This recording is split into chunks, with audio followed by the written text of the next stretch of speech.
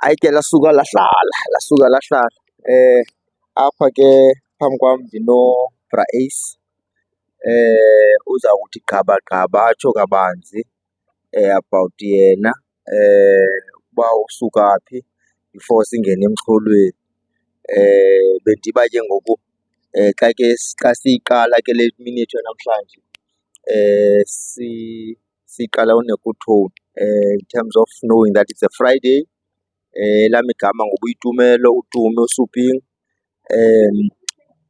kwi-channel ebizwa Ezidlumzi Ephondweni, where sithetha ngezinto eziba zibandakanya bonke abantu basephondweni nabangaphandle kwasephondweni, because wonke umntu une-interest yezinto ezenzeka kwindawo yakhe. So ibintu yethu ke siyiqala ngoMr Anele ozawusichaza ukuthi usuka kwintoni. Then ke ndinako ukuba sendimshiya nento ethi njengobana esezichaza ukubana yintoni emenza waziva ikhona into emvise kamandi namhlanje. What has made him happy on today? Ndiza kuyiphosa kuwe ke Bra Ace. Over to you. Thank you, Tumi.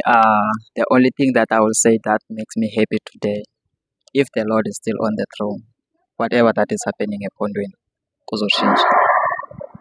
Ukusuka lapho ke ndizawube sendizazisa. Igama lam ndingu-Anele wakwaMkhangela, ekhaya liseNgqamakhwe kwilali yakuNomayela, kwalapha ephondweni e-Eastern Cape. Ndizelwe ndakhulela ke apho eNgqamakhwe, ndabuya ndazoba lapha e-East London kusukela ngo-2013 uzokuthi ga ngoku bendilapha e-East London. So sendingumhlali walapha e-East London, situated ke kwindawo ekuthiwa kuseQuickney kwalapha etown.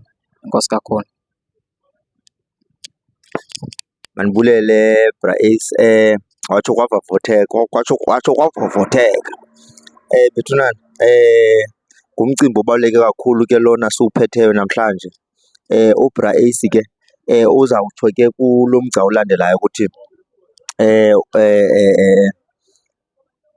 wenza ntoni uBra Ace, uyiqale nini le nto ayenzayo. Asithele gqaba nje so that sizokwazi ukuandastenda more ukuthi le mini yethu nodliwanondlebe nayo lungantoni. Mandibulele bhuthumi. Njengoba esitsho kumkhulu wayesithi kukho abantu abangayaziyo uba ngubani lo Anele wakwaMkhangelwa, wenza ntoni phi. Ndingatsho ke ndithi xa ndizi-introdyusa ndithi ndiyimemba ye-forum, ndiyimemba ye-community watch okanye ye-neighborhood watch. The reason why I mentioned all these names is because abantu bazi forum, abanye bazi i-neighborhood watch, abanye bazi i-patrollers. So mna ndifike eQuickney, ndizawuthetha ke ngeQuickney, the area endiophareyitha kakhulu kuyo. Ndifike eQuickney I think 2015. Kukubi kakhulu ndingumntu ke ozisukela ngaphandle, which is ke xa ndithi ngaphandle ndisuka ezilalini apho khona sikhuliswe ngabantu abadala, ezinye zezinto singazenzi ngenxa yento yoba sikhuliswe ngabantu abadala. But ke kufikeni kwethu eMonti sifika sibona into okokuba ngaba heyi, le ndawo sifikela kuyo maan inabantu abenza yonke into. So zininzi into ezenzekayo more especially kule area bendikuyo endinothi yiQuickney town and around Southernwood. And ke ngoku eyona nto ndiye ndaqonda into yokuba ngaba iyandethusa yinto yokokuba ngaba ukurojwa komntu ibiyinto nje eqhelekileyo apha eQuickney. Ufumanise nje uba uthi uhamba nje ubona abantu bephaka umntu and like abantu akho nto bayithukayo kule nto lena. Umntu sikavala xa ipesi yakhe uboba uqinisa ipesi yakhe kube kukhona umntu erojwa esitratweni. So ukuyibona kwami kwezi zinto ezi zade zaphela nam zindiafektha because ndithe ke ekubeni bendilapha e-East London ndize ke ngokwesikolo ngoko ndayigqiba ke into bendiyizele. Ndandisenza i-mechanical engineering eWusu, ndenza i-training yam. Then emveni koba ndizigqibile ndakhe ndakhangela amadlelo aluhlaza ndabona akho nto yenzeka, ndade ndabe ndiqala ibhizinesi yam yokucheba ingca.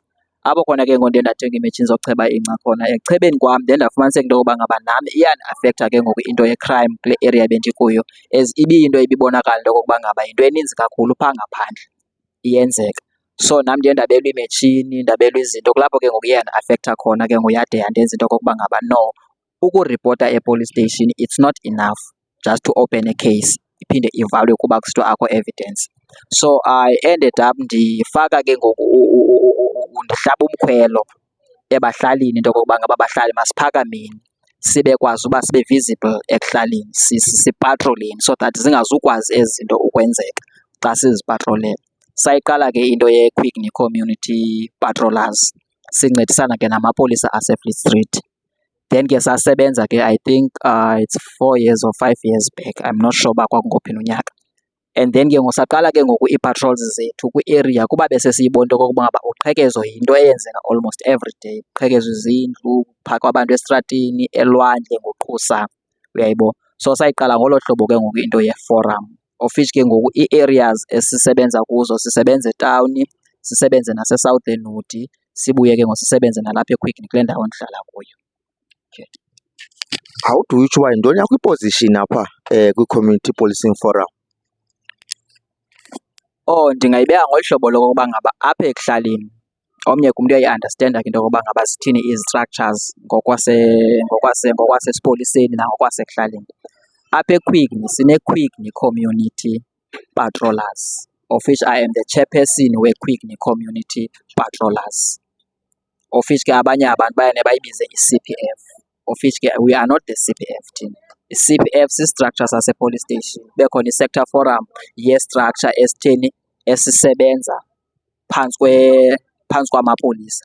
Thina siyaripota emapoliseni sibe simele abahlali njengoba sithi siyi-community patrollers, sirepresenta abahlali ekuhlaleni. Nkosi bhuti wam, babukeli baphulaphuli ningasilibelanga uba niyasibona simbhejembheje sibahle sinje njeya singabantu basephondweni. Ziyafumaneka ke izikipa bethuna na-merchandise. We've got sweaters, we've got t-shirts, we've got golf shirts, we've got bomber jackets as well. Now nantsi ke ngoku omnye umntana omtsha apha phambi kwenu, ikhalabash, ingqayi eyipati yale design yethu yasephondweni efumanekayo nayo. Sisathetha njalo ke niyawusibona ke kwi-Grahamstown Arts Festival silungiselela yona ngokwenjenje kuba sitimu esilektiweyo sisuka apha kuBuffalo City ukuba siyomela uBuffalo City kwi-artwork yethu nezi zinto zethu zimbejembeje. Ndicinga into yobana nizawukwazi ukuzibona ke phaa ku-Grahamstown Arts Festival eqalayo next week. So bethunana, we will appreciate your support as much as you can. So ndingaphelelanga apho ndidlule, uthetha into ebalulekileyo ngale nto ye-crime. But do you know ukuthi my younger brother wayengenafowuni na okanye yayibiwa ifowuni yakhe, waboleka ifowuni kum. Ndaqomba uba manitse ne-extra phone mandimnikeze le fowuni. In a space of few hours eseQuickney ifowuni yaseyiphulukene naye. You can imagine the trauma. Nto mna laa fowuni ndandiyigcine for iminyaka because bendingengomntu uhla enyuka edlule eQuickney, so I wouldn't have known the level of crime eyenzeka eQuickney. So and ke ngoku zange arojwe yedwa, babengamajita. So when you say the level of crime yaseQuickney awuyithethi nomntu ongayaziyo because nam ndothi ukubana ngabafana abanjani abawikho olu hlobo bade bathathelwe ifowuni ngabanye abafana because bebehamba beyigruphu nabo bengabafana. So what you are saying into yobana ibiseyirife indaba ye-crime eQuickney to the point uba ibisenormalayiziwe because akho nomnye umntu ozawuthi uzobhekisha asapote mhlawumbi ukubana hayi akunode kubiwe kuthathwe izinto sikhona sizokwazi unqandeka. So I think le nto uyithethayo I've got, noba it's not my direct live experience but in my home ndiyayazi what it meant. As a result ndathi ndacinga fanele uba hayi uyandishayashaya man, inoba uphise ngefowuni yazi into abantwana bokudlala uba yho inoba wayeyithengisile le fowuni uyibona uba le fowuni ayikho useful. But ke I made peace with it. But now what you are saying, it further confirms ukuthi hey, what was living in my mind that time, it's confirmed by nyhani iQuickney has been crime infested area. That's not the only first incident. My younger sister has been shot eQuickney. Amasangasiza zibeshota eQuickly to the point where ngoku ndihlala eQuickly ndisithi ke ngoku kumzali, hayi makhe siyophungana phaa endlini. Sangacaphuke kangaka ukuba ndizamdibanisa neli gama libizwa Quickly. So in her mind usanala lived experience yomntana wakhe wadutyulwa eQuickly. So when you talk about the crime eQuickly, you give me the memories ukuthi hey, there's a lived experience and abantu bayayazi. So I think you're gonna come in detail as we go ukuthi what have you done into ezindisebenzisileyo to dissect into yobana iQuickly iphele iba it's a better place uba abantu bangahlala kuyo. But where we are going into yobana I just want ukundizobela umfanekiso ngqondweni ukuthi zeziphi iimeko that you've seen ukuthi azinyamezeleki kulo msebenzi niwenzayo ukubana hey, they were beyond ukuthi ungakwazi ukuyinyamezela because hey, nisebenza kwiindawo ezisensitive. Kaloku kuyahlatyanwa, kubethwa ngoocelemba, kuyaleqwanwa, laa nto ye-crime ayikho lula.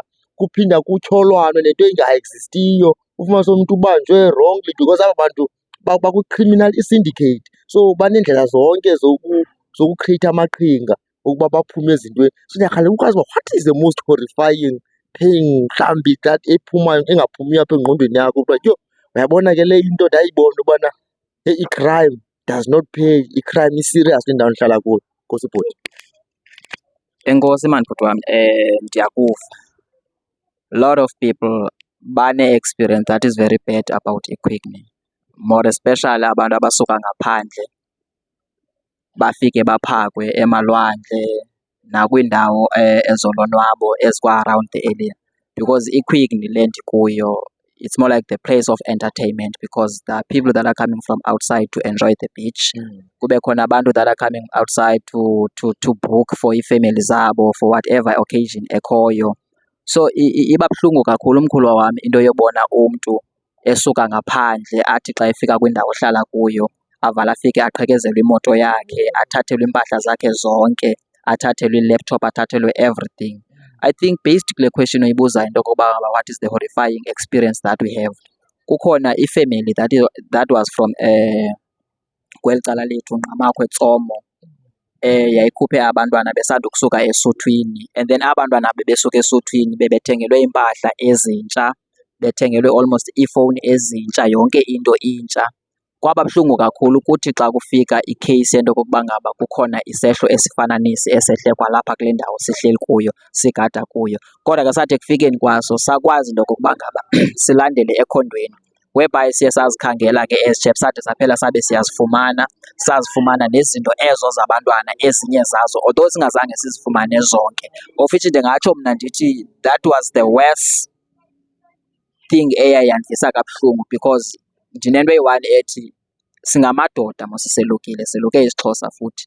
Awukwazi uba ungaba izinto ozibonayo into yokokuba ngaba ezi zinto zezomntana osuke esuthwini okanye ude ube uyamkhululisa. Noko laa nto leyana xa umbela okanye umkhululisa uyabehlutha nobudoda obu bakhe into yokokuba ngaba azive eyindoda naye. So ke kwiimeko ezinjalo uyanofumaniseke into yoba ngaba ezi imeko ezikwenza into yokokuba ngaba ungahlali phantsi kuba zizawuqhubeleka, and then loo nto leyo ke ngoku ithoba nesidima sethu thina singabantu abangootata because xa silapha eQuickly singabantu abangootata abakhoyo balapha eQuickly. So sizawukwazi ke ngoku umela nabazali okanye nabazali babantu abangenabazali because kukhona abantu abadala abahlala bodwa, ithemba labo selikule nto kuthiwa ke ngoku yi-forum. So abibuhlungu khona ke ngomkhulwa wam endinawuza khona. Akukho mnandi esitratweni njengoba usitsho into yokokuba ngaba abafana baphatha i-bush knife, baphatha iimela ezinkulu, baphatha izibhamu. Mhlawumbi omnye umntu uyazibuza into yokokuba ngaba nenza njani ukufumana ezi zinto kwaba bantu nibe nina nisiza niphethe imvubu because ke mostly eyona nto siyisebenzise kakhulu yilaa nto kuthiwa yi-sjambok, siphethe imvubu. How can you get le nto i-bush knife uphethe imvubu, umntu ephethe ucelemba, uyayibona? So izinto ezidibana nazo endleleni mkhulwa wam ndingatsho ndithi we have decided to be the sacrifice of the community about ubomi bethu because ezinye zazo they beyond our understanding. Because umntu uyana azibone sizipostile nasemapoliseni, sifike siphethe izixhobo, ii-toy gun, oobushi namazembe. Kukho into eyi-one esingakhe siyibuzwe phaa into yokokuba ngaba nenza njani ukufumana ezi zinto kwaba bantu nilolu hlobo nilulo. Leyo yona into ndisamrhalela umntu onozekhe azo-interviewa ayibuze into okokuba ngaba, MK, how did you get this bush knife to this guy? Because isitori ngabantwana abenza i-crime esitratweni ngabantu abadala and abazazi into yoba baphangele, because kwabanye abantu uyanofumanisa into yokuba ngaba i-crime ngumsebenzi. Kuze kube kuyatyiwa endlini funeka uphume uyobalekela ulayini esitrateni, which is uyophangela, uyosebenza, which is uyophaka abantu, uyoqhekeza. Uyayibona? So laa mntu lowana uphume aware into yokuba ngaba is going to fight esitrateni. Awunophatha upush ube usiya kwinto ongayazi into yokuba ngaba kungaliwa. So zezinye zezinto ke mkhulu wam that are very scaring us into yokokuba ngaba singayithini le meko sikuyo, because we don't have any trainings esizifumanayo, self-defense and everything, but siyaphusha because ekugqibeleni i-community seyithembele ngathi. Mkhulu, ne-prostitution ke iyagquba ke. Andiyazi ke abantwana abancinci abalapha esitratweni be-vulnerable, be-exposed, anibe nazo ii-cases ezi-serious ezi-bad, nemimitho kuyo yonke le nto, namantombi wabona balala esitratweni. What are the cases nje uba unothi gqabagqaba ngazo from the female perspective? Mkhulu wam, ndingumntu ongutata ndikhulele ezilalini, ezinye izinto ndimane ndisithi ndiyazibula apha eMonti. Ibuhlungu mkhulu wam le nto oza nayo, ngumba otshisa ibunzi, more especially kwi-area le sihlala kuyo ibizwa uba yiQuickney, because iQuickney noba useJoburg, noba useCape Town, noba useDurban, noba uphi, the all provinces, once uthi uhlala e-Eastern Cape, e-East London, eQuickney, the only thing that you are going to be asked is about prostitution. Of which ke umba we-prostitution angekhe ndiwungene deep kuba ndingengomntu one-details ngayo into yokokuba ngaba le nto iyi-prostitution yinto esemthethweni ngoluphi na uhlobo. Ingabe mhlawumbi zikhona na ii-guidelines okanye i-constitution apho khona banomthetho into yokokuba ngaba how did they sell their okanye how did they do their business, because they call it i-business. Because ibuhlungu uhlobo esiyibona isenzeka ngalo kule area sikuyo, phantsi kwe-department abasebenzisana naye ekuthiwa nguSweta, which is ekhusela amalungelo we-prostitute. Because there was a year apho khona sasisithi thina sikhulisa abantwana bethu apha, sihlala apha, and then ke ngoku xa kuzobakho abantu abanganxibanga esitrateni ngo-6 o'clock exesheni, uyandibuza umntanam uba daddy, why is she naked? And then it's not easy to give the straight answer because ngumntana. So I had to uba ndicreate istory esizokwazi ukhusela umntana uba kutheni lo mntu enganxibanga esestrateni. Kodwa ke eyona point yam isekubeni into ye-prostitution is becomes a big problem, more especially eQuickney, and it needs the government to do something, because asina-problem nabantu abathengisa imizimba yabo okanye abathengisa ngomzimba wabo, but i-problem luhlobo olu bayenza ngalo. If aba bantu bebeno-organizelwa ii-brothels, babekwe endaweni eyi-one, ibe yi-brothel etheni e-registered, bekuzoba safe for bona, because i-pain esiyifumanayo kufumana umntana osuka eDuncan olambileyo afike ame ecan'kosisi abenza le nto, naye aphele ke ngoku ifika imoto imthatha kufumaniseke uba akazi nto. Kuzofuneka ke ngoku lo mntana elixhoba lamadoda ayi-4, and umntana uyafika usemhle, umane ezimela kulaa area yakhe ahlala kuyo eze eQuickney esithi uza etshomini.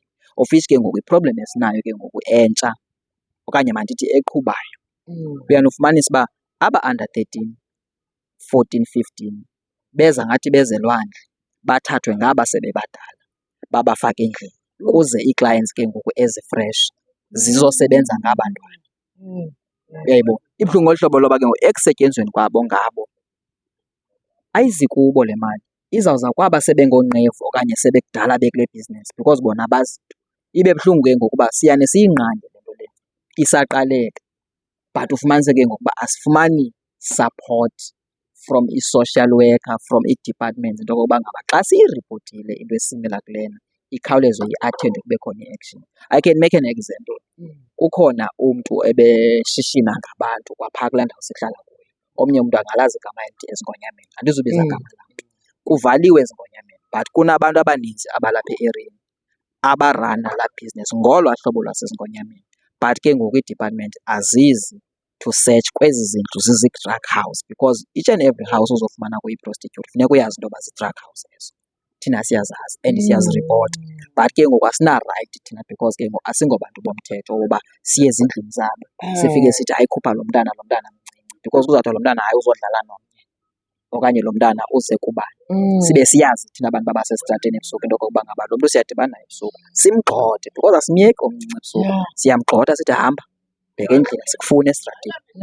So ndingatsho ndithi kule bhizinesi yale ntika ye-prostitution asinacala simanga kulo thina into okokuba ngaba irayithi irongo okanye ithini, but into esiyithethayo yi-safety yabantu uba mabazanyelwe indawo yabo ebanothi babekwe kuyo bazophuma kwi-drugs because nale mali bayisebenzayo is only for i-drugs. What you can't believe into okokuba ngaba i-prostitution yenzeka kanjani kule area kuyo, uyahamba ayothengisa akarenti kule ndawo ahlala kuyo. Uzawufuneka yena aphuma ahamba ayothengisa abuye ke ngoku azonika umastandi imali. That's why ke ngoku uya nekuve uthi hayi aba bantu aba bathengisela abantu. Ndandizibuza uba umntu uthengisa njani ngento yakhe athathe imali ayonika omnye umntu. Then we find out into okokuba ngaba njengoba bephuma nje boonosisi bayothengisa esitrateni, lo bahlala kuye uthengisa ii-drugs kwalapha ngaphakathi. So ke ngoku njengoba betshaya ezi drugs belala apha, xa ethe wayokwenza ibhizinesi then ke ngoku funeka ke ngoku abuye azobhatala. That's how painful it is into ye-prostitution. It's not like they are doing i-prostitution to get money and they are going to be rich because ke imagine into yoba ngaba xa kuzawuthiwa mhlawumbi umntu xana ene-client uyakwazi ufumana imali engange-500, mhlawumbi ungabala uba lo mntu inoba ufumana ii-clients eziyi-5 ngosuku, so une-1.5 ufumana ii-clients eziyi-3, all to find out kuloo mali ingeyiyo ne-1.5 akho mali izawuzanga kuyo. And then baphele xa ubabona esitrateni ingabantu abamdaka bezi-street kids because basetyenzisiwe kugqithiwe ngabo. As the result, that's why quick ufumanisa into yokuba each and every time uzodibana abantu abamdaka basesitrateni because basuka kwi-prostitution yadlula itheni yabo okanye baphelelwa, so ngoku akho nto izophinde yenzeke ngabo. So mabayochola phi? Mabayochola emigqomeni esitrateni because le nto bebeyiqale apha kube kukhona abantu abayibonayo le nto eyenzeka phambi kwabo because abantwana abancinci bafikela kuthi sibabona, sibaxelele sibabonise nasebephambili into yoba ngaba iyazibona njengobonje ustage 2 ngulowa, ustage 3 ngulowa, u4 uyochola amaphepha esitrateni. Qha ke ngomntu xa esafika sebequmqumisa uyabona uba ibhizinesi yenzeka and uya-appreciate hayi umhle urayithi, uyayibona. But ke ngoku kukho into angazukwazi umelana nayo, umzimba unokwazi umelana na-service yoba usetyenziswe almost every day. Bhuti, sibukele islavery sisenzeka phambi kwethu, sidisplaya phambi kwethu ngurhulumente othi uzisa idemokhrasi, ngurhulumente othi uzisa ukhuseleko, ngurhulumente othi uzisa human rights ebantwini because kufuneka abantu bekhuselekile kwindawo yorhulumente. Kodwa kwezi zinto sibona uba human rights iyanideka kuzo utheni blind eye. Then that means ukuthi ngurhulumente osithengisela into angayiphiliyo yena. Yo, this is bad. Into nidibana nazo bhuti wam. But ke ngoku I wonder ke ngoku into yobana ke ngoku abantwana abenziwa kuyo yonke le nto na iye ithini into xa kwenzeka abantwana kwi-situation ezinje? Anike nibe nee-situation ezinjalo. Zininzi bhuti, but ke still sisene-questions into yoba njengoba abantwana bayene babe pregnant esitrateni, the question remains, who is the father?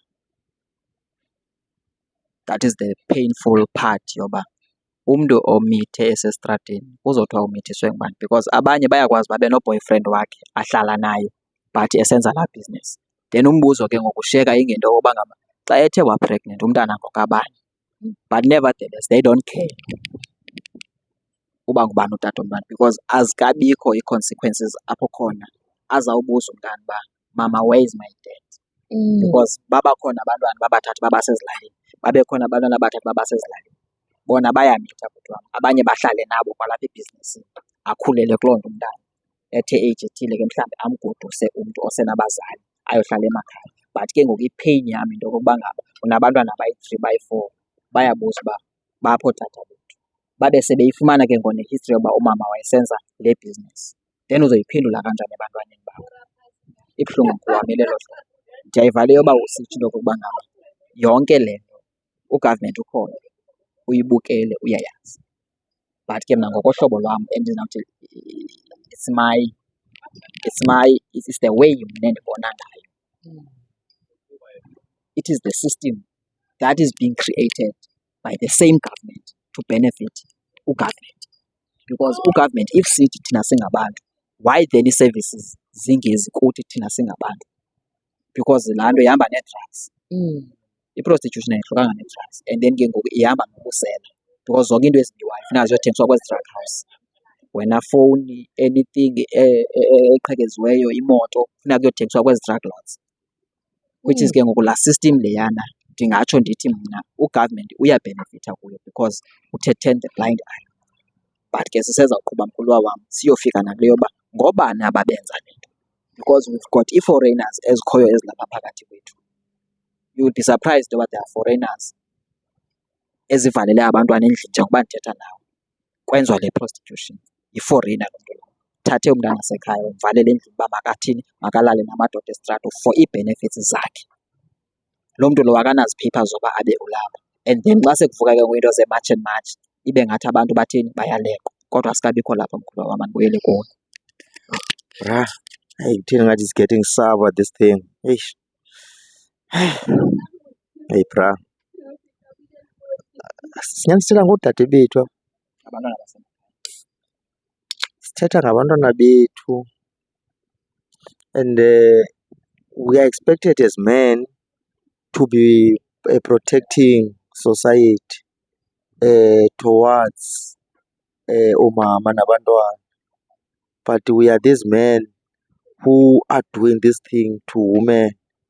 Sawuphinda phofu siphinde sithi bazenzile kodwa sithi abamanipuleyithe abantwana babangene kwezi zinto because regardless noba yi-foreigner, regardless noba ukwa-government, okusalayo uyindoda that was supposed to take indawo kwi-society to be a protector, to be the one who knows ubana uyindawo yobalekela.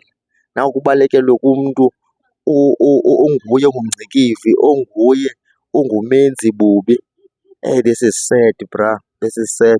But let's go going forward. What keeps you going? What situation is it? Like you are loaded. What's the ndiyazenza interview nabantu. You are one person bene-interview naye who has got lived experiences ezinto ophila phakathi kwazo. Abona abanye abantu bayithetha from the point of academia. Ndihlala ezilalini but you know the privileges and the perks zomntu. You could just see ukuthi akanayo le direct contact yesisilonda nezi challenges zenzekayo. Then from your point of view, what keeps you going? Because into ezinje kaloku sinothi zine-psychological aspect ezi-affectayo kuwe xa ujongene nazo on daily basis. Abanye abantwana uyabazi mhlawumbi wazi noobhuti babo, mhlawumbi wazi unazo nee-relatives ozaziyo zabanye senemu nje iyaklika, nesiduko siyaklika. There's so much that uqomba ndi-involved kule nto ndiphakathi kwayo on daily basis. What keeps you going, bra? Mkhuluwa wam, akukho mnandi. Omnye umntu xa kuthiwa zezi-crime fighters uba ne-perspective yento yoba aba bantu abayana maybe they are given money, they are being paid by government okanye mhlawumbi baphiwe imali from the community. It's so sad that you may know the truth that whatever that you are doing, we are not getting paid. And ke ngoku we've got families that are always asking uba yintoni le niyincekeleleyo kule nto. Ngumbuzo ke ngoku lowa esingakwazi ukuwuphendula. Into yokokuba ngaba what makes you do this thing almost every day? Yintoni le ikuphakamisayo into yoba ngaba yenze le nto? Mkhuluwa wam, it's not like sesisenza into esiyithandayo. Singamadoda. Phaya esidodeni ke ikhona into ethi indoda ifunga ingajiki. Xa uthe wathatha isigqibo soba uyayenza le nto, nee-consequences zayo xa zifika azikwenzi into yoba buyawuva. Ukwenza nje umzekelo simple, sidilishana nee-drug dealers, sidilishana nabantu abarongo kakhulu abasebenzisana nee-drug dealers, and then we face aba bantu abo each and every day, sifeyisana nabo and akubikho bayayazi uba sihlala phi. Of which ke omnye umntu uyane athi ubomi benu bu-at risk, of which sadicayida sizi-crime fighters uba ubomi bethu bu-at risk for the benefit of our society. So izinto ezidibana nazo mkhuluwa wam azikho ezisenza into yokokuba masiqhubeleke sibheke phambili. The sad part ngoku apha ecan'kwam bekumele uba ndihleli nomkhuluwa wam. Umkhuluwa wam uwe last month nge-2 edutyulelwa kwibhizinesi yakhe. uba ubukhe weva ngoButzola Titi waseDuncan Village. UButzola Titi ngowaseDuncan Village, bendisebenza naye almost every day. Unfortunately, the day adutyulwa ngayo eDuncan Village ndandisendleleni ezawuya kuye. So ithi le nto mkhuluwa wam, sathatha isinqumo soba sizawufela abahlali kuba sihleli vele singenamisebenzi. So kunoba siyohlala phantsi, sizawuphela nathi sibona uhlobo lophila elingekho semthethweni. I-end up loo nto leyo isenza into okokuba ngaba nathi siphele sizi-criminals kuba ke ekugqibeleni funeka sityhile. So eyona nto esiphusha ngasemva into okokuba ngaba will never stop uba zii-crime fighters, uba zii-forums, even if ugovernment akasifuni. Yile part yoba siyayazi into yoba if ngoku, ndithetha ngam nje personal, kungathiwa ayikho iforam eQuickney, iQuickney ibuyele back to laa minyaka niyazi iyiyo apho khona uthathelwa esitrateni, into ephethe imele esitrateni kusihlwa kusenyuka kuhlanjwa imoto elwandle inguqusa ingathi akho kwii-suburbs because sisuka ezintweni kule ndawo sesikuyo. Abanye abantu ngabayazi loo nto leyo. Imagine ke ngoku lo ebeleqa abafana esitrateni ephikisana nale ntika nale movement yabo, ndizawuhamba phi mna? So there is no turn back. So masese siqhube sibheke phambili. Sithi ke thina ke esiXhoseni mazilime ziyoma etyeni, which is ilitye ke ngoku ezawulima ziyoma kulo, sayoma engcwabeni because ekugqibeleni we cannot stop le nto siyenzayo. No-government uyayilwa into yoba siyenza rongo. Ewe siyayazi siyenza rongo, siyabona uburongo bethu, but obunye boburongo bethu ndirhalela into okokuba ngaba even the viewers, they can just come one night siye nabo ehlathini so that they can see the environment esisebenza kuyo ukuba injani. That's when ke ngoku omnye umntu azawubuya ene-understanding into yokuba ngaba why are you operating this way? But ke sawuphinde siyincokole loo part because abanye bezi-viewers they don't like ii-forums because zibetha abantu, but they don't understand the areas esisebenza kuzo, the environment esisebenza kuyo, the kind of people that we are dealing with. But the only time abazovela khona into yoba no zii-wrong ii-forums. Hey bhuti, wathetha ngathi ungumkhwanazi. Wathetha ngathi ungumkhwanazi. Umkhwanazi uthi kaloku xa ungathi une-issue nohlobo endidiploya ngayo ii-operations zam, andina-problem uba usijoyine. Beyond the forefront, kaloku nithi sibulala abantu, so nizobona uba i-criminal uba ibhiheyiva njani. Kaloku nina ndicinga fanele uba i-criminal initrita nange-kids glove kuba mnandi uba hey bra, nayo ithi hayi man sharp fele sizawusigrand. Kwabi ngolo hlobo. Nithi nifika besiva nje ii-lights besiva uba ngamapolisa seberedi aba bantu, they are ready for that war. So how do you think that ke ngoku combat kufuneka wena ufuneka ube ngulo ozawuthenisha i-blind eye okanye uzawuba kind kwi-situation ye-combat kodwa uyayibona uba le nto ibeka ubomi bakho esichengeni? So andikava ke bhuti wam ne-journalist enye ne-politician enye ne-any person obegxekana nomkhwanazi okuthiwa uke wavolontiya after umkhwanazi bainvayithile uba hayi madoda ndinawo sina-problem sicela nize sizoba yipati yale nto. Siselapho ke bhuti wam. I think le nto i-talk straight ku-Provincial Commission. Sisandoba no-new Provincial Commission apha ephondweni endiqonda uba kufuneka ifikile le nxibelelwano lwethu, le interview yethu uba makakayimamele le nto. Perhaps iphondo lingasinda ngale Quickney. Kaloku xa nifuna ukutshintsha indawo, diployani ii-resources kwindawo ethile niyitheste imakethi. Nizothi heyi, out of siyibonile ubana songeze u-ABC from the stats zezinto ezithile nangohlobo abantu ba-opereyitha ngalo ngoba siyayibona uba there is a difference, uyayibona. So National Commissioner ke, wherever you are, this video supposed to ifikile kuwe. uBhejula, our provincial premier, funeka ifikile le video kuye. Awukwazi ukuthi uyalawula kodwa akukho mthetho indawo olawula kuyo, akukho order indawo olawula kuyo, kulusi. uBhejula ke ngoku being the premier ngoyena mntu wamkela indwalutho zakwamanye amaphondo, zakwamanye amazwe. The only place ekufikelwa kuyo yiQuickney. Nguye u-frequent eQuickney nee-MEC zakhe nee-mayors zakhe to be part of ii-programs eziqhubekayo apha eQuickly. So le nto yinto adibana nayo almost all the time yokuyazi ubana if iQuickly can be bad, it is bad for tourism weprovince.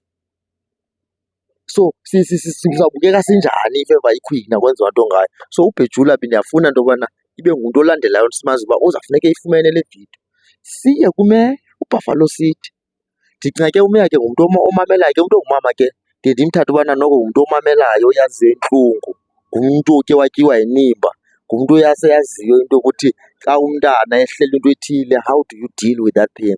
So meya siyiphosa kuwe nawe ukuthi siyafuna man ukuthi with your time when we are finishing with this sikunikeza nawe kha kuyimamela uyihlalutye sibone usafety wakho ukuthi what resources do you have to come and deploy to assist umsebenzi ongaka sewuqaliwe ngabantu abazenzela voluntarily esiyibonile imisebenzi yabo ukuthi there is something enzekayo noba umntu unothetha ubana akayiboni but there is something enzekayo.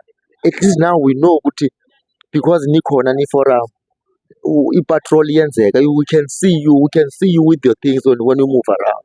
So meya, abantwana babangade kucaba ngoku kuphela ithemba usafety akukho business ezakwenzeka usafety engekho, akukho functioning ye-state ezakwenzeka i-crime kuprevail i-crime. So I think this is the best opportunity for umeya. People in the business, I think it also talks to you. You are the ones who get most affected the most because you are the owners of these businesses. Especially, actually, where we are standing, we are seated right now.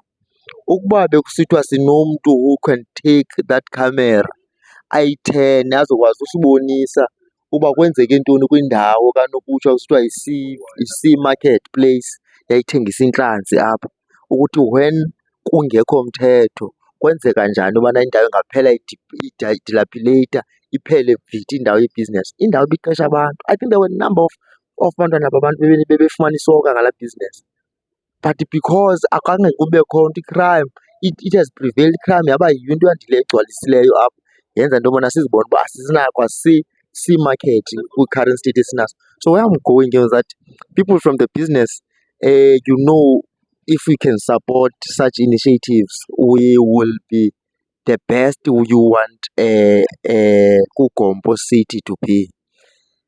Going forward, bhuti wam, hey, you've said a mouthful. The residential people, abantu aba-own izindlu, they're supposed to come on board.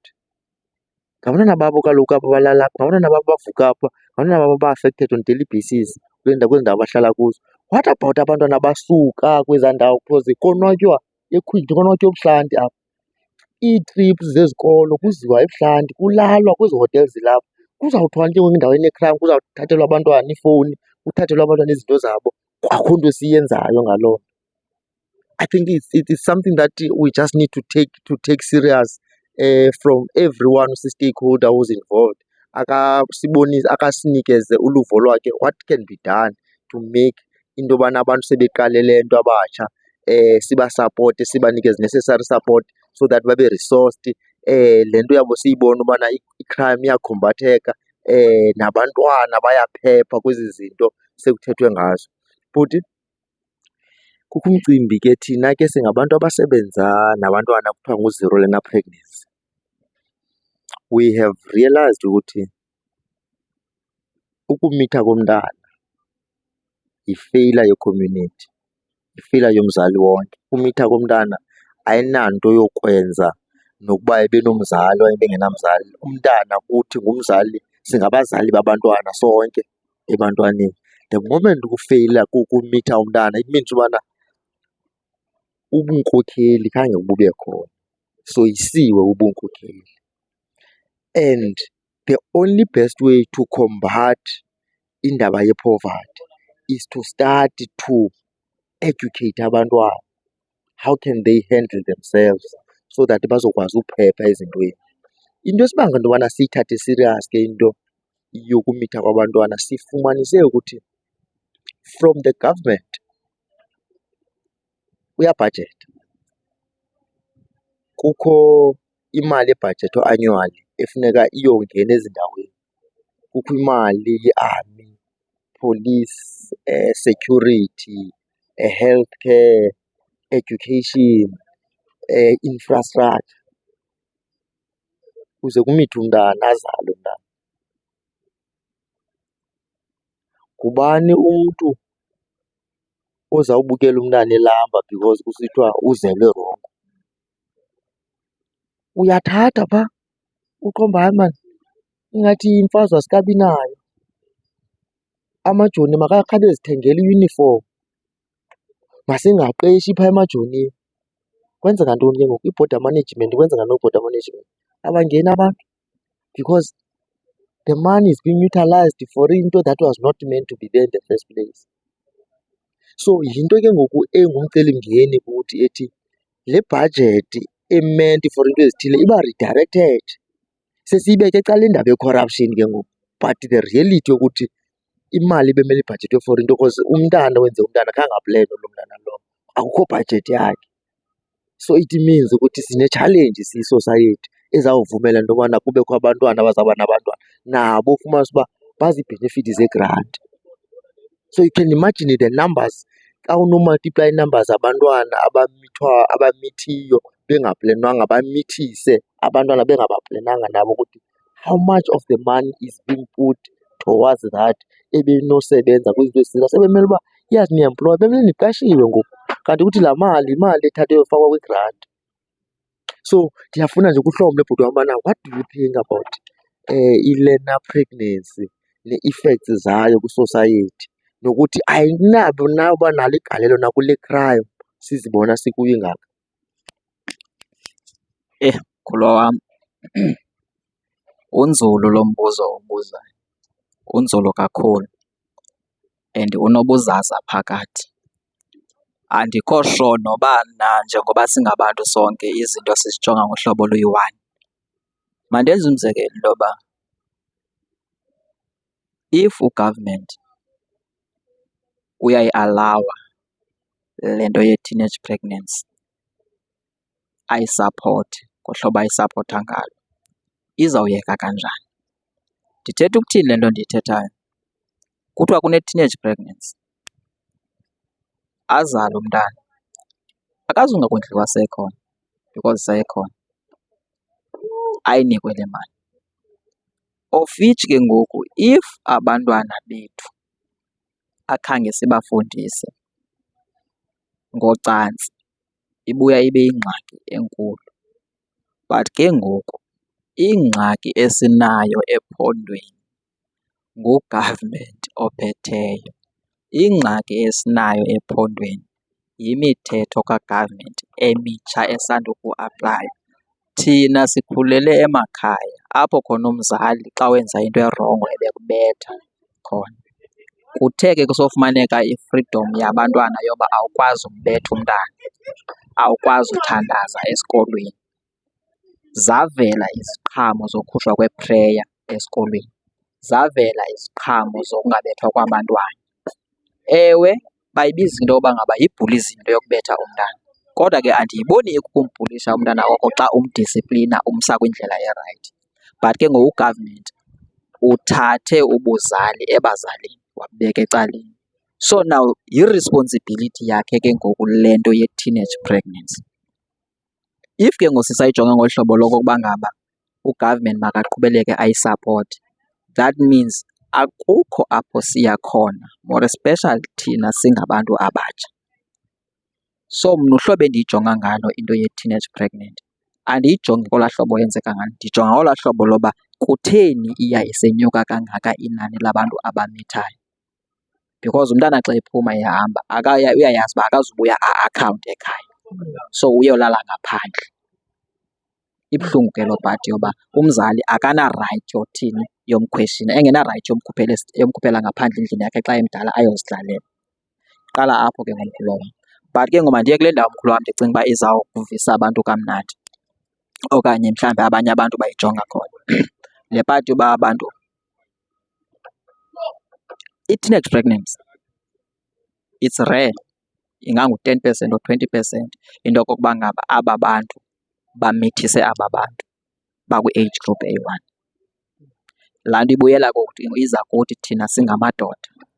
into yokokuba ngaba noba utyhuthi kangakanani ke ngoko hlobo lukhoyo, umntana ngumntana. Awukwazi uthi xa ubona umntana elahleka uqonda uba nawe urhalela into yoba ngaba uzincede ngohlobo ozinceda ngalo.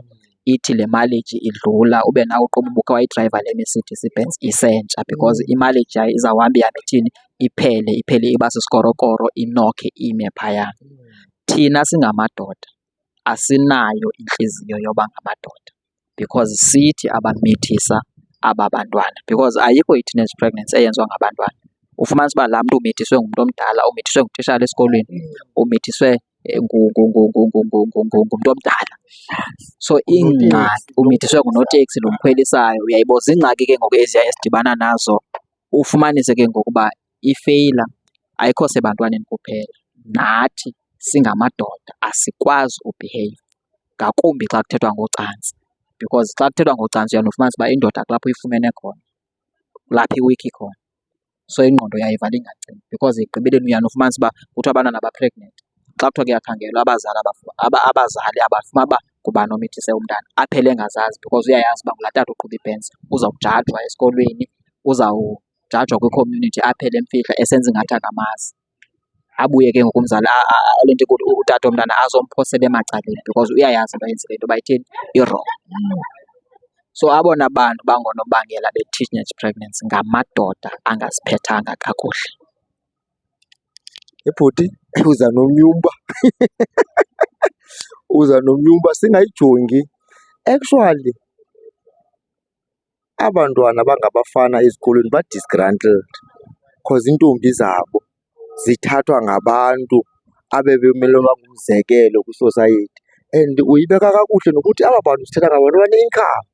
Asithethi ngabantu kuthiwa hayi yenziwa ngabantu abangenanto ngongantweni. Abantu singabantu abaqiqayo, abacingayo, esicinga into yobana they are supposed to project the academic thinking ngabona abantu bamele basinikeza umhlahlandlela going forward. Oonoteksi yekani ubithisa abantwana ezikolweni because that is crime. Zitishara yekani uprotekthana xa kumithiswa abantwana esikolweni. Bantu baku-government, bantu abantu baku-construction. If you can think of it, you go kwiindawo where bekukho noontente kuzo, you only know when they leave oonontente ukuthi kwathi gcwala abantwana kangaka kwezi ndawo. U-government ukhona kuyo yonke le nto. Kaloku u-construction u-under u-Department of Public Works, u-transport u-under u-Department, oonoteksi ba-under u-Department of Transport. Benza ntoni ngaloo nto? Abantu baka-government nabo banayo ii-departments zabo funeka kuripotwe kuzo. So we are having a challenge that u-government on its own nguye lo oyilidishayo le cause. Agqiba azoyibuza kuthi ukuthi hayi makukhathalwe kodwa lo government une-system. Kaloku abantu baqeshiwe apha kwa-government. Aba bantu noba ngunoteksi baneeteksi zabo, baqhuba iiteksi zabo, baripota kwa-Department of Transport. Kuthiwa Department of Transport engenzi laws ezithi make sure into yobana zenza into yobana kube nzima for abantu abaqhuba iiteksi babelane nabantu abakwi-construction, balale nabantwana, oo-public works bakhona for ntoni? Bhuti masidlule. Heyi, ngumcimbi. Siphethe lo mcimbi we-immigration. Bhuti uthi xa uyibalisa le nto ye-immigration because uba kudala nayibamba le nto ye-immigration. Ningaba bantu if asinoqiqa ukucinga singanitsiba because khange nisebenze ne-popularism. Anifikanga ne-popularism, nifike nisenza into that niyibona uba it's a duty to be made as a man kwi-society. Bafike abantu bapopular, bafike bathathe izicoco ibe ngathi into iqalekile, iqalwa ngoku kanti into kudala into abantu beyenza nitsikwe kwanina, uyabona? Because xa sithetha ngomatshini umatshe cace sithetha nge-policing forum ebendikade niyirana. However ke kulo mcimbi we-immigration sifumanisa into yokubana bukhona ubustowuthi kwezi policing forums where ke ngoku kucace into yobana it's about the highest bidder. siyakhusela. Njengoba sikhusela, kanti aba bantu bastowuti basafuna uprotekthwa kwasithi. Sizothi ngoku apha ebustowutini, hayi ubuzamane undinikeza, ndizamane ndivela, ndizayinqanda mna le nto. As a result, there's a case phaya eDurban, eKZN, ukuqala kwayo la March and March uthi take momentum. Bafika aba bantu beyi-Policy Forum, bathi siyi-Policy Forum, anizungena kwezi venkile. Kwathiwa nibizwe ngubani uba nibe-Policy Forum, ninqanda iivenkile ebenizazi ngantoni uba ziyintoni ezi venkile, nike nazijonge iimpepha zaba bantu. Kwacaba kwi-commotion eserious because i-Policy Forum kwezinye iindawo sezi-equipped, zi-resourced, zinazo ne-backup because ziphinda zingene njengoo-security as well. Ufumanise ubana banee-resources ezi-enough into yobana bangakwazi ukuyiprotect ezi societies because isengathi i-extortion eyenzekayo ngoku. Because I think nabo balinde too long from ugovernment to come in to assistance. Ezinye izinto funeka sizijonge ubana yi-crime yodwa le, seyikhatshwa yinto yokuthi umntu besicinga siyamnceda apha uvezwe enemy yethu okanye wavezwa ngumntu othi asuka niyazenzela siyo part yaloo nto. Ngoku nina niyibona uba akana-capacity because the reason kukho policy forums because akukho capacity kwi-state.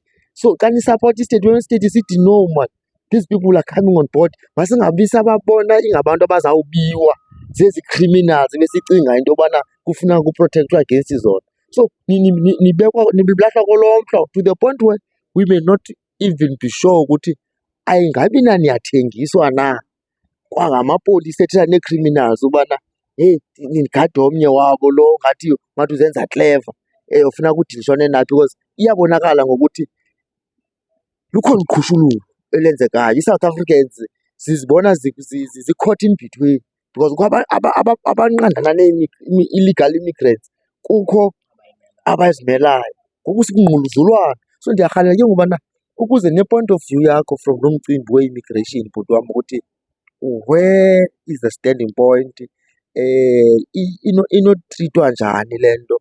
U-30 kaJuni uyambona ukuba upossible ngokwemeko yalapha ephondweni. Yintoni isicinga i-device means esinokuzenza to make sure ukuthi we get best kule nto sesikuyo? Enkosi. Enkosi bhuti. Mandithi bhutumi ne, as we all know uba into yee-foreigners seyiphyuphula ngoku, seyinabantu abanamagama. Siyayazi uba seyi-March and March yinto ekhoyo elwa against i-foreigners. Ndiyayithanda into yoba une-background yayo yonke le nto uba how does it started, when it was started, because into yokulwa nee-foreigners ayiqali ngoongizwe, ayiqali ngophakela umthakathi, yinto ebekukudala sikuyo le. But ke ngoku uyibeka kakuhle into yokokuba ngaba there are forums from other provinces ngaphandle kwalapha ephondweni ezikwaziyo into yokokuba ngaba zibe zixhotyisiwe in terms of i-resources. So i-challenge esinayo ke thina ke apha ephondweni asinabathetheleli. And then now that asinabathetheleli, so asinanto sinayo esikwaziyo into yokokuba ngaba we can run ii-operations zethu in a smooth way. We don't have i-transport, we don't have i-bulletproof, we don't have trainings. Each and every time ke sinkqonkqoza kwiindawo ezi-relevant sisiya koomeya, they're always promising into yoba no sizanibona, sizanilungiselela, sizawuthi. Of which there are Department of Subs, there's Department of Safety, we've got mayors, we've got abaphathi besixeko. Mandenze umzekelo i-East London iyonke eyaziyo into yokokuba ngaba there are forums, uqala eMdantsane uzotsho etawuni, ii-forums zenza lo msebenzi. They only appreciate us xa sisenza lo msebenzi. They don't, andiyazi noba ndizawuthi abayazi na into yokokuba ngaba we need amaviri ukuze sikwazi uqhubeleka sihambe sibheke phambili. Ndibuye mkhulu wam ndingene kule nto uyibuzayo into yoba le nto yee-foreigners sithini istand sam personally ndingu-Anele wakwaMkhangela. To all the viewers, maybe you may understand le nto yoba istand sam personal, andizuthetha on behalf of ii-forums because even the forums around this issue are divided, they've got ii-differences. So andifuni ke ngoku uthetha on behalf of ii-forums ibe ngathi ngoku ndifaka amazwi abanye abantu, uyayibona mos ngohlobo nditsho ngalo. Okokuqala, i-March and March yenziwe ngabantu abathe badibana bedliwa yi-pain eyi-one. So xa kungoku mna Bhuthumi ndingathi ndiyababulela abahlali, ndiyawubulela umphakathi to expose le nto kudala sikhala ngayo. Umzekelo ocacileyo apha eMonti besiyazi into yoba noba kuqhekezwe kweyiphi i-area apha eMonti, uqala eChintsa uMdantsane wonke netawuni yonke le ndawo. Besiyazi uba if kukhona i-laptop ebiweyo sizayifumana phi? ECalifornia. Sizayoyifumana eCalifornia. ICalifornia ibiyeyona ndawo becabanga ngoku it's a hotspot for iminyaka. Ungathi uciba zizitshomi zee-foreigners because siyaya kwaba bantu abaya sifike sinegotiate because there is nothing we can do kubo. Xa siyofuna i-laptop yakho we have uba sifike sithule umnqwazi phaya sicenge into yokokuba ngaba hayi mfowethu usebenza ngaye yasemsebenzini uzawugxotha emsebenzini sicela usinike le laptop abe sithi hayi beyithengiselwe masize nalo nto besize nayo nto beyithengiselwe. Funeka sinegotiate because asikwazi ubiza ipolisa lifike lisincede sincedakale properly because siyabona into yokokuba ngaba ikhona le agenda ikhoyo. Yaqala iMarch and March ya-expose i-agenda yento yokokuba ngaba kukhona amapolisa a-involved kwizinto ezenzekayo phi kwezi ndawo zithengisa ezi drugs, kwezi ndawo kuthengiswa kuzo izinto zabantu ababiweyo. Thina ke sisestradeni almost every day, asithethi ngezinto esingazaziyo, sithetha ngezinto esizaziyo. Sithetha ngabantu esibabonayo uba aba bantu siyababona besiya kwezi ndawo bafike benze le nto bayenzayo. Yenye yezinto ke ufumanisa into yokokuba ngaba ii-forums zihamba ngofudo okanye zihamba ngesantya sofudo is because of into ephuma kubo emlonyeni. Awuzuyithanda xa ndizawuexpowuza isitishi sakho ndithi isitishi sakho asisebenzi, amapolisa wakho asenili ngumsebenzi ngohlobo awenza ngalo because ngokuzawuba ngathi ndiyawuthatha umsebenzi wenu ndiwubhekisela phantsi. But i-reality leyo yoba ndirhalela into yokokuba ngaba if thina sirongo ngohlobo esithetha ngalo kwezi platforms sicela khe kuziwe kuzoprodyuswa i-crime stats sibone ke ngoku into yokokuba ngaba ingabe niyawenza nyhani na ke ngoku umsebenzi. Xa sijonge kwezi cases zivuliweyo zeziphi eziya za-successful because ii-cases ziyavulwa each and every day. Ogqiba sicingwe kuthiwa akho evidence. We don't know why i-evidence ingekho. Ulibambe ilisela mhlawumbi sitsho iforam ilibambe ilisela, nantsi i-item kuthiwe ke ngoku ufuna ubungqina boba benive ngabani banguye. It ends ke i-case. Iphele i-case ichithwe kusithiwa akho evidence. Zizinto esidibana nazo ke zibe izinto zithathiwe zayothengiswa phi? ECalifornia. Mandibuyele ke ngoku umba ebesikuwo. Umba obusithi ke ngoku sithini istand sethu. Mna what I will suggest even nako ngizwe ophakela umthakathi uba bebenokhe basiphe indlebe, ndiyayithanda into yoba nabo babeyiqale kudala.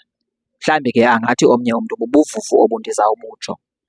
Makuyiwe kule ndawo efele khona ithole.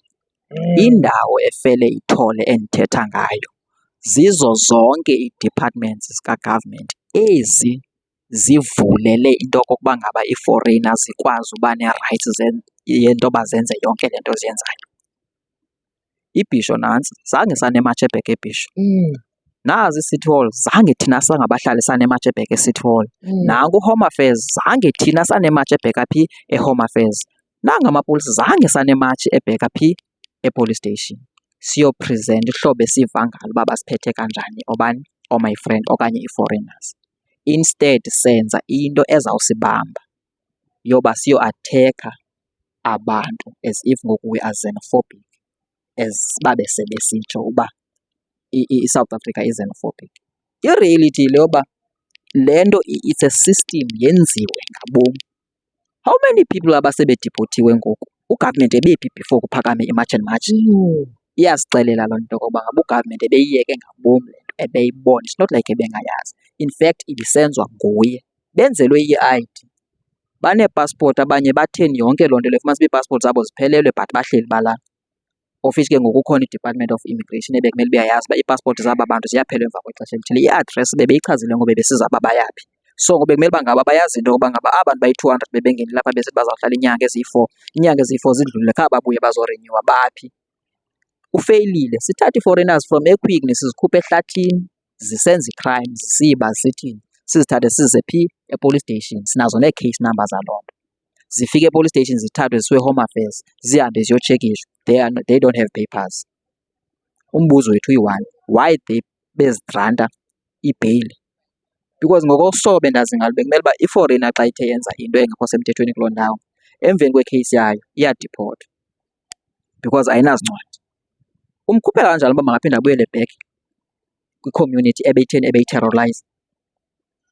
That means mkhulwa wam esam istand kwinto ye-march and march nee-foreigners sithi we are misdirected xa sisiya straight kwi-foreigners without amapolisa nezinye ii-department. So if we can organize into ye-march and march, each and every town ibe nee-leader zayo, because ngoku ingathi yinto yophakela umthakathi le, of which le nto bekukudala siyenza le.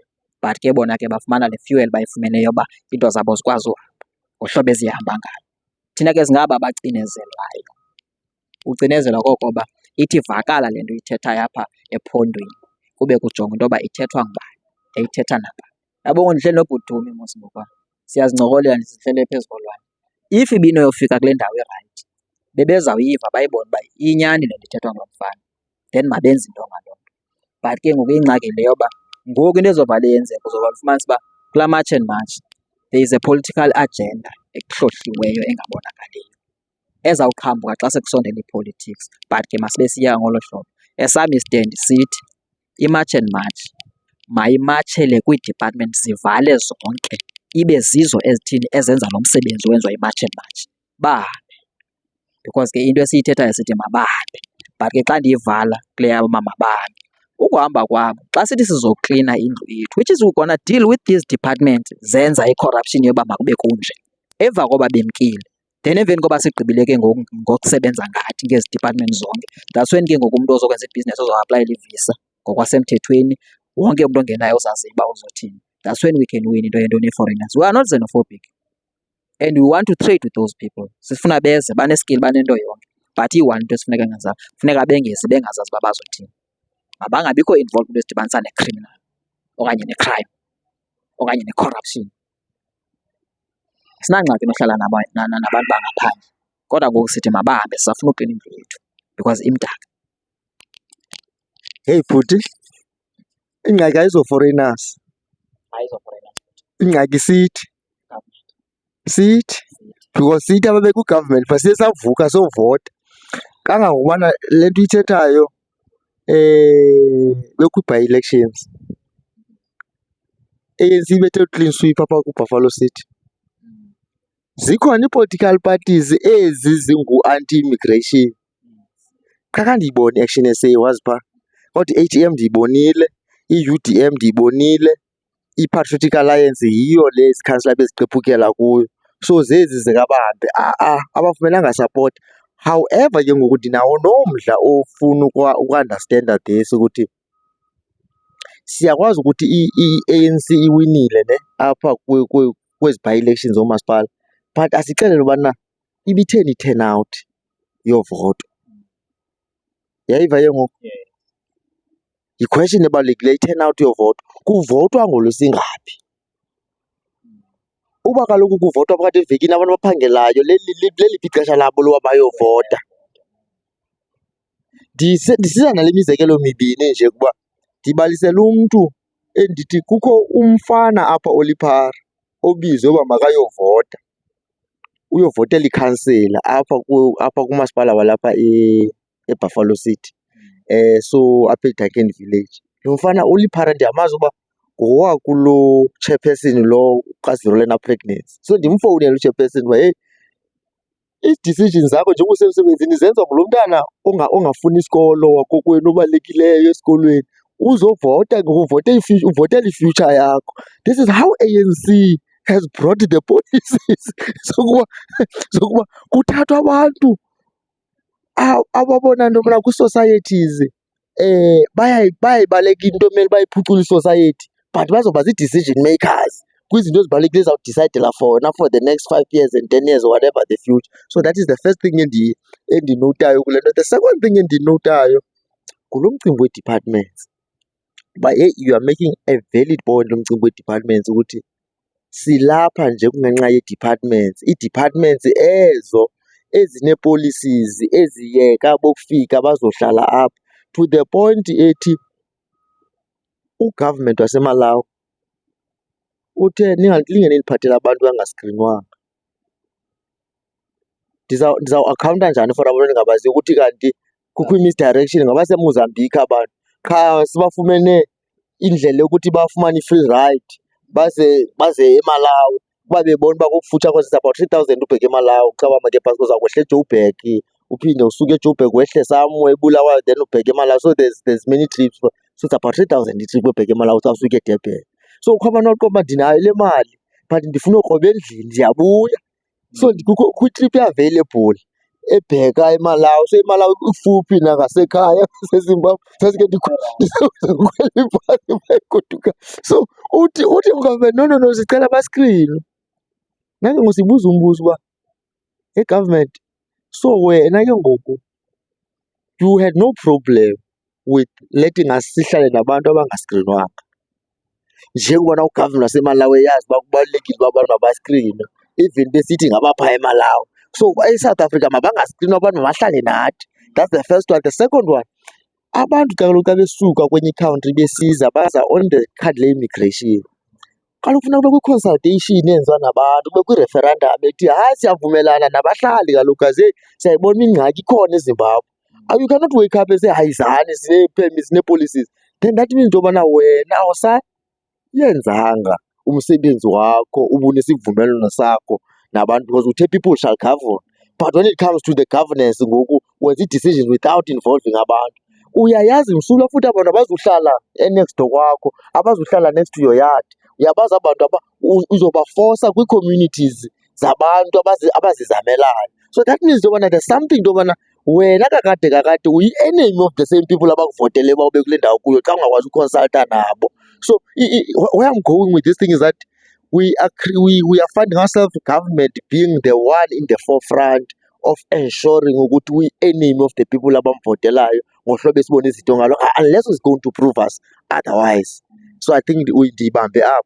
Bhuti wam, sathetha ngo-30 kaJuni ukubana the possibility ngokwakho kwiphondo khange ndikuve ungena ndisithi ke ngoku ndifuna ukushiya neline ethi ndike ndabeva uPhakela Umthakathi uba ngomso banyuka intaba ngomso bezinsizwa because lidabi lamadoda apha. Singaba sibaqhala kakubi oomama ukubana oomama banegalelo, even if oomama baphele bethandana benza abantwana nabantu bokufika, kodwa sibaqhala kakubi because ayingomama baye bazivotela into power, bavotela amadoda laa sithi into power. Oomama bebenayo yonke opportunity uba bangazivotela into power because oomama bayi-highest voter kwikhawunti. But baqonda uba we still trusting men uba baza kwenza right. And nangoku is true trusting men uba basiphathele amadoda. Akufikanga abantu bangomama, akugcwalanga abantu bangomama, bekugcwala amadoda apha azi-immigrants aziswa ngamanye amadoda aseSouth Africa. So it will tell you something ukuthi apha sine-challenge yamadoda angasawaziyo umsebenzi wabo kwi-society uba uyintoni, how to you protect a woman. Ndiyayithanda laa point kaPhakela Umthakathi ethi amadoda azawunyuka intaba. Siyacela sizinsizwa ngomso kuzawunyuka intaba in the morning. Ndifuna ufaka loo challenge apha kuwe mntakwethu ubana the possibility uzawuboneka lo 30 kaJuni, the possibility ubana thina sinoyinyuka intaba kuGompo Sunday. Intaba kuGompo ilapha kufuphi, yabona Steve Biko Bridge, Cove Rock, ngapho Cove Rock, intaba kuGompo ipha. I think uba amadoda ayafumaneka we do ke kunyuka intaba koncokola singamadoda noba siyi-5 noba siyi-10 will make a difference uba ke kuncokolweni singamadoda aqale samane sithi sayiqala ngolu hlobo kuzamane kuyonyuka intaba yakuGompo. Sibe nemiqathango esiyibekayo ubana what is the way forward. Sibabize nabantu bakakurhulumente ukuthi bantu bakarhulumente we are having this thing, sibize amadoda sakhe sibe nembizo amadoda entabeni yakuGompo. We just want to sifumane uhlahlandlela. So I'm just putting the challenge on you ukubana is challenge accepted, could it be possible uba ingenzeka, so that sizokwazi ukuncokola into yobana xa usinikeza uhlahlandlela ubana sidiyeva ubana ngathi ongizwe noPhakela Umthakathi bayeza nge-24 ukuthi how true is that, can you confirm also on that, so that sizokwazi ukuyishiya nabahlali babe aware ukuthi there are those developments that are coming into place apha ephondweni. Sure ke bhuti. Mna mkhulu wam andifuni uxoka, ndikhe ndayiveza into ethi ndine-personal, ndinohlobo lwam endibona ngalo kule nto ye-March and March. if athi amadoda apha e-East London akhona because ndiwazi engekho mna, if athi akhona amadoda eMonti, le challenge uyibekayo